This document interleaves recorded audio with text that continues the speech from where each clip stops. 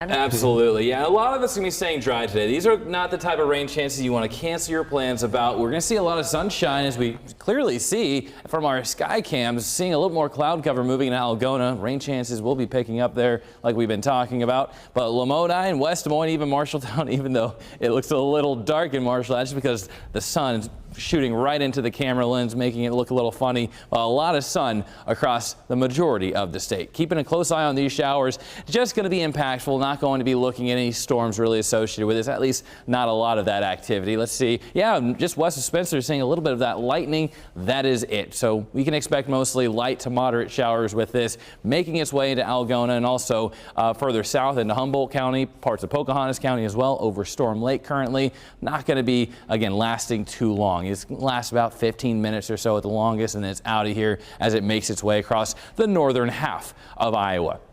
The severe weather risk now is on your screen. Notice that shade of green. That's the 1 out of 5 chance. Not going to see anything great as far as some isolated strong winds in the storm chances later on this afternoon. So let's talk about that. First off, here's those showers that are skirting on by. Not going to be, again, too impactful. But the afternoon, once we get warmer, we'll already be in the 70s around this time. So we can definitely spark some of these storms. The best chance will be further to the northeastern quadrant of the state. Further west and southwest, not going to be a great chance. Even here in the metro, we're going to be dry. Not a super great chance for any of those storms to make their way this far south. But even as we head into late afternoon, early evening time frame, 6 o'clock, still looking at some of those storm chances, mainly east of I-35, north of I-80, and then we'll be dealing with some pretty dry conditions as we go into the overnight hours. Now I'm going to fast forward all the way into Tuesday. Notice in the morning, more clouds, chance of showers makes its way through, and then those will be kicking on out. Could even intensify to see some isolated storm chances as they make their way into eastern Iowa,